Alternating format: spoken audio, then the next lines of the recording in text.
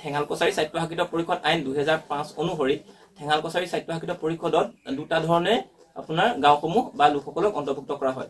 ইয়াৰ প্ৰথম থিয়ৰিটো আছে যে গাঁওখনত 50% লোক ঠেঙাল কছাৰী বা জনজাতীয় লোক হ'ব লাগিব।